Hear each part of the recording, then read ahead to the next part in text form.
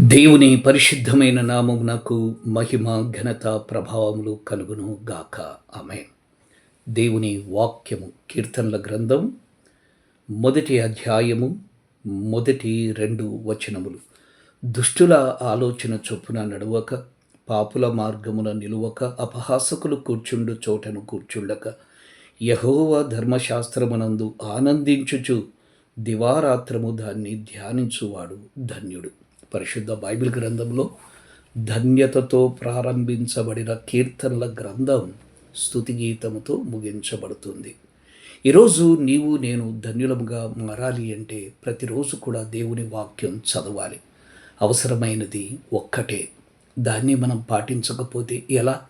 Right. ఈరోజు కూడా మనం నిర్గమకాండములోని 4 అధ్యాయములు చదువుకుందాం. 17వ అధ్యాయము నుండి 20వ అధ్యాయం వరకు మనం చదువుకుందాం. 17వ అధ్యాయం ముఖ్య సారాంశము బండలో నుండి నీళ్లు తెప్పించుట, అమాలేకీయులతో యుద్ధం.